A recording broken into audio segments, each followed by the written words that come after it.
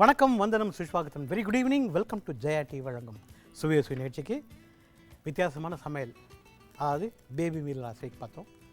நிறைய பேர் அப்ரிஷியேட் பண்ணியிருந்தாங்க. அவங்க எல்லோருக்கும் இந்த மனமார்ந்த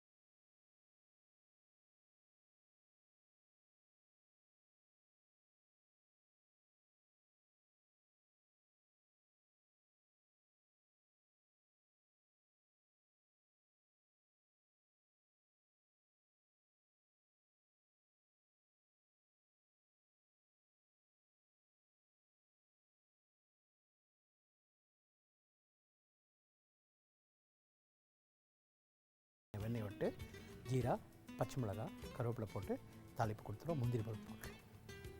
அருமையான சேமியா பாகலாபாத் சாப்பிட்றதுக்கு ஒரு ஊறுகாய் வச்சு தொட்டு சாப்பிட்டிங்கன்னா, மாங்காய் ஊறுகாய், மாங்காய் தொக்கு, லெமன் தொக்கு, அதே மாதிரி தக்காளி தொக்கு, பூண்டு தொக்கோடு சாப்பிடும்போது கலக்கலாக இருக்கும். அதே மாதிரி ஃபிஷ் கறி வச்சு சாப்பிடும்போது கலக்கலாக இருக்கும். இப்போது அந்த சேமியா பாகலாபாத் எப்படி செய்து நம்ம பார்ப்போம். தண்ணி கொதிச்சிட்ருக்கு. இப்போது இதில் இந்த சேமியாவை போட்டேன். நான் சொன்னேன், இதுலேருந்து 3 நிமிஷத்தில் அந்த சேமியா வெந்துடும். ஒரு பக்கத்தில் ஒரு பாத்திரம் வச்சுக்கோ.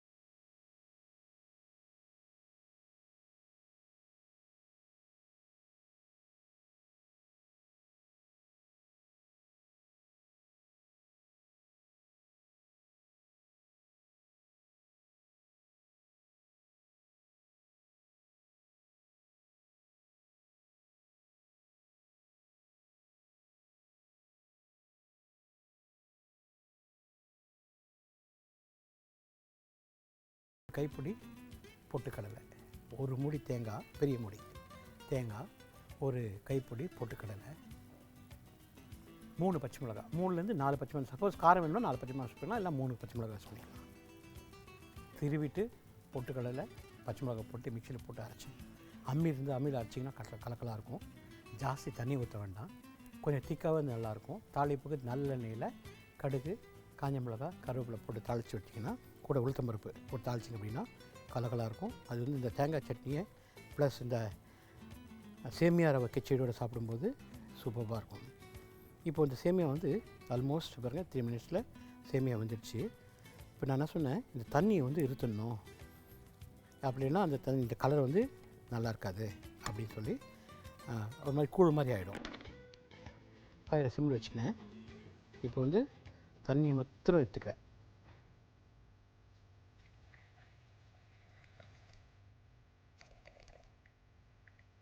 இப்போ என்ன பண்ணுறேன், தண்ணி ஊற்றிக்கிறேன். பச்சை தண்ணி இருத்துடுறேன்.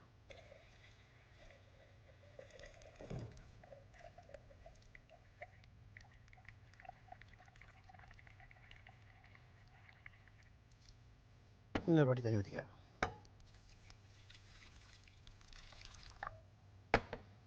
இப்பயும் என்ன பண்ணுறேன், இந்த மாவெல்லாம் போயிடுச்சு, இதையும் எடுத்துடுறேன்.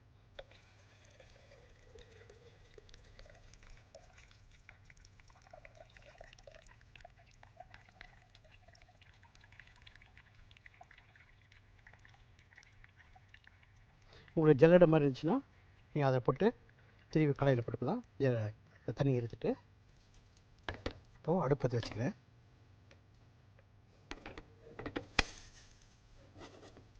இதில் பால் ஊற்றிக்கிறேன்.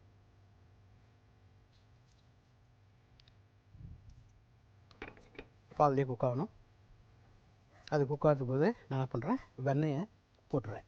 பாதி வெண்ணெயை போட்டுறேன். பொதுவாக பாருங்க, இந்த பால், வெண்ணெய், சேமியா குக்கர் வரலும். Will go for a short commercial break.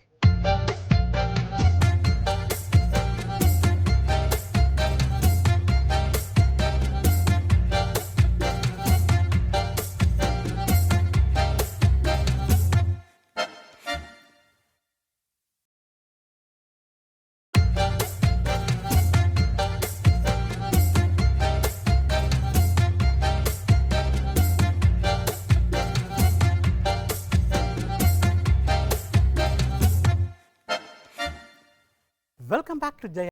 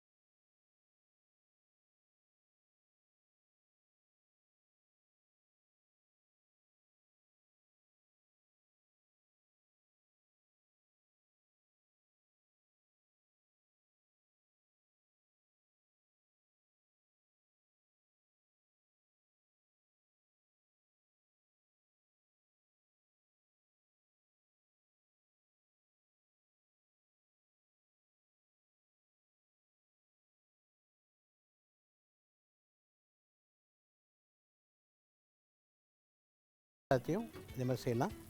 சாப்பாடு நல்லா குழைய வடிச்சிட்டு செஞ்சாலும் சூப்பராக இருக்கும். இப்போ இதில் சீரகம்,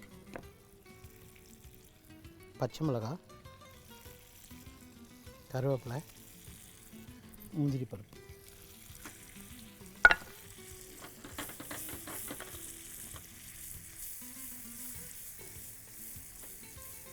கலர் மாறட்டும். அடுப்பு அணைச்சிக்கலாம்.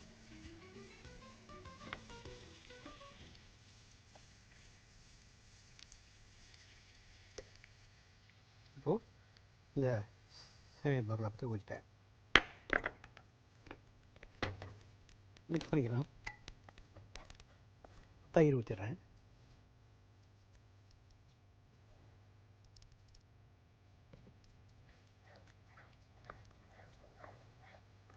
சூப்பரான சேமியா பாக்லாபாத். நீங்கள் ஃப்ரிட்ஜில் வச்சு சாப்பிட்டாலும் சரி, கொஞ்சம் ஆற விட்டு சாப்பிட்டாலும் சரி, டேஸ்ட் வந்து அட்டகாசமாக இருக்கும். சூப்பராக ரெடி ஆகிடுச்சு. இப்போது சூப்பரான சேமியா பாக்லாபாத் ரெடி ஆகிடுச்சு.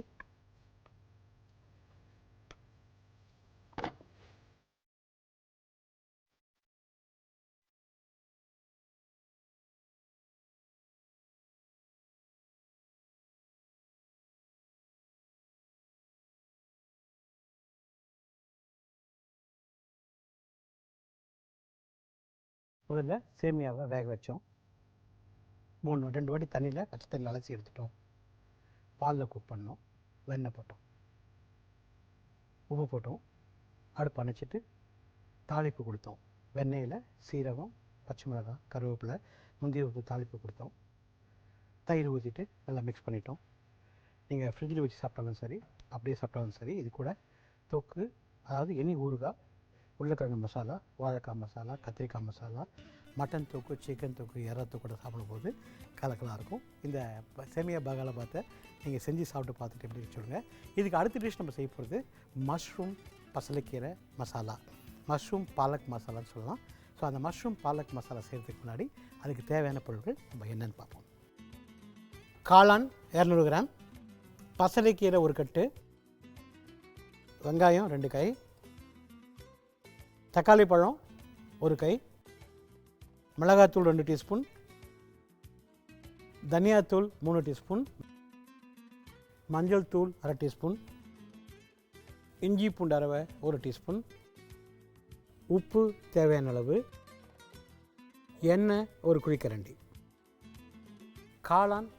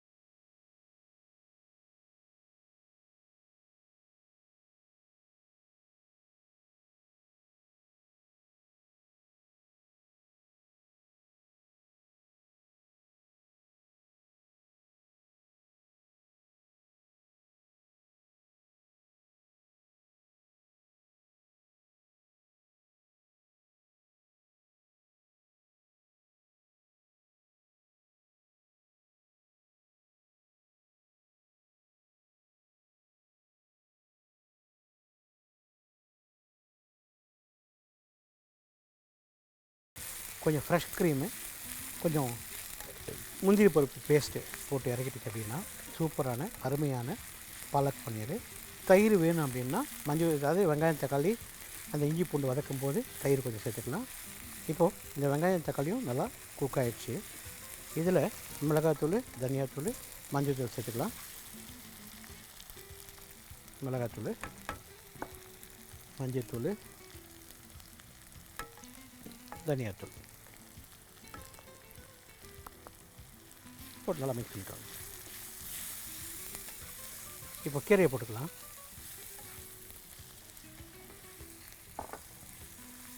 இதுலேயே கீரையே நல்லா குக் ஆகிடும். இதுலேயே உப்பு போட்டுடலாம். நான் சொன்ன தண்ணி ஊற்ற வேண்டாம், தண்ணி வேணும்னா தெளிச்சிக்கலாம். இப்போ உப்பு போட்டுறேன். பாலக்கு சேர்த்து மஷ்ரூம் சேர்த்து உப்பு போட்டேன். ஒரு கிண்டி கட்டிக்கோங்க.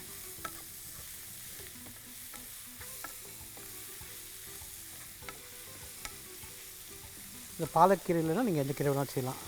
அதாவது அரைக்கீரை, முளைக்கீரை, சிறுக்கீரை, பருப்புக்கீரை எதாக செய்யலாம். இந்த கீரை வெந்து வருவதும் will go for a short commercial break.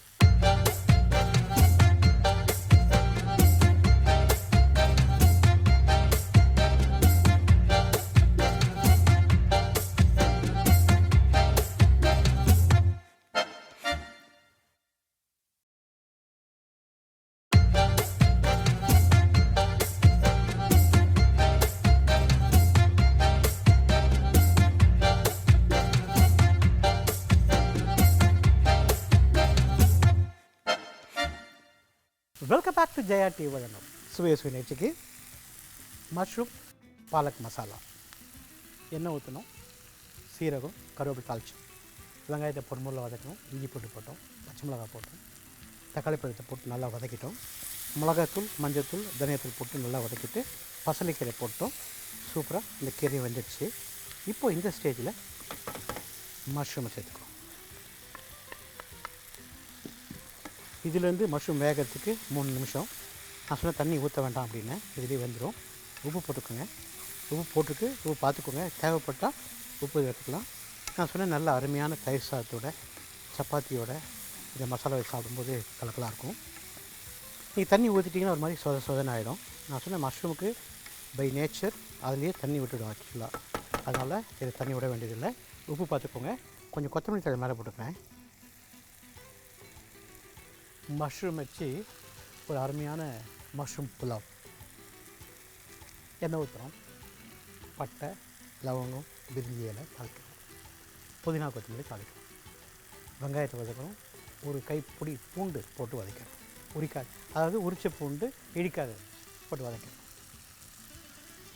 அரிசியை போட்டு வதக்கணும், மஷ்ரூமை போட்டு வதக்கணும், பச்சை மிளகாய் கீரி போட்டுக்கணும், ஒரு தண்ணி, ஒரு தேங்காய் பால் மிக்ஸ் பண்ணிக்கலாம். இப்போ பாஸ்மதி அரிசி இருந்தால் 1.5 தண்ணி விடணும், 3/4 அழாக்கு தேங்காய் பால், 3/4 அழாக்கு தண்ணி. அதே மாதிரி சீரக சம்பா இருந்தாலும் 1.5 தண்ணி, அதே மாதிரி 3/4 அழாக்கு தேங்காய் பால், 3/4 அழாக்கு தண்ணி. வீட்டில் இருக்க அரிசி யூஸ் பண்ணுறதா இருந்தால் 1க்கு 2, ஒரு தேங்காய் பால், ஒரு தண்ணி ஊற்றிங்கன்னா அது கொதி வந்து குப்பளம் வரும்போது சிம்மில் வச்சிட்டிங்கன்னா சூப்பரான மஷ்ரூம் புலாவ் ரெடி ஆகிடுச்சு. நான் சொன்னேன் மஷ்ரூம் வேகத்துக்கு 3 நிமிஷம் அருமையாக வந்துடுச்சு. பாலக்கும் மஷ்ரூமும் நல்லா ஒன்றா மிக்ஸ் ஆகிடுச்சு. சாப்பிட்டு பார்த்திங்கன்னா மட்டன் பீஸ் சாப்பிட்ற மாதிரி அந்த மஷ்ரூம் டேஸ்ட் நல்லாயிருக்கும். பாலக்கோட சேர்க்கும்போது அடகாசமான ஒரு டேஸ்ட்டு. ஸோ இந்த மஷ்ரூம் பாலக் மசாலா ரெடி ஆகிடுச்சு.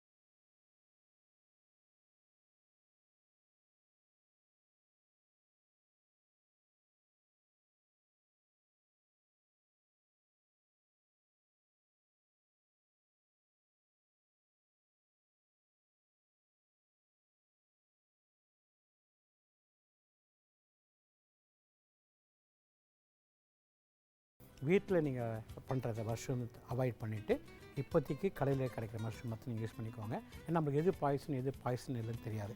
அதனால் அந்த மஷ்ரூம் மாத்திரம் நீங்கள் யூஸ் பண்ணுறது ஜாகிரதையாக யூஸ் பண்ணணும். இல்லை அப்படின்னா ஃபுட் பாய்சன் வந்துடும். அதே மாதிரி பசலைக்கீரை இல்லாத அரைக்கீரை, மிளக்கீரை, சிறுகீரை, இந்த 3 தண்டிக்கீரை இதுலேயும் வந்து நீங்கள் வந்து அருமையாக இந்த மஷ்ரூம் மசாலா செய்யும்போது கீரை யூஸ் பண்ணி டேஸ்ட் அட்டகாசமாக இருக்கும். தண்டுக்கீரை இப்போது நிறைய யூஸ் பண்ணதே இல்லை. தண்டுக்கீரை வந்து டேஸ்ட் அட்டகாசமாக இருக்கும். அந்த தண்டு மட்டும் யூஸ் பண்ணுவாங்க. அந்த தண்டு, கடலைப்பருப்பு, வெங்காயம், தக்காளி பழத்தை போட்டு கொஞ்சம் பெருங்காயம் போட்டு அதே மாதிரி பூண்டு இடித்து போட்டு மிளகாத்தூள், மஞ்சத்தூள், தண்ணீர் போட்டு நல்லா வேக வச்சுட்டு கடைசியில் தாளிப்பு கொடுத்தாங்கன்னா அந்த ஒரு மாதிரி கூட்டுன்னு சொல்லலாம். அது தண்டுக்கீரையும் கடலைப்பருப்பு கூட்டுன்னு அட்டகாசமாக இருக்கும். சாதத்தில் போட்டு பசங்க சாப்பிடும்போது அந்த தண்டுக்கீரை இப்போ காணும். அது கிடச்சி நான் வாங்கி சாப்பிட்டு போனாங்க, உடம்புக்கு நல்லது. நம்ம 2 டிஷ் பண்ணோம், சேமியா பாகலாபாத் அண்டு 2வதாக வந்து மஷ்ரூம் பாலக் மசாலா. இந்த 2 டிஷ்ஷும் உங்களுக்கு பிடிச்சிருக்குன்னு நினைக்கிறேன். நீங்கள் செஞ்சு சாப்பிட்டு பார்த்துட்டு எப்படி இருக்குன்னு சொல்லுங்கள். உங்களை அடுத்த வாரம் சந்திக்கணும். விடைபெறுவது தாமோதரன். நன்றி, வணக்கம்.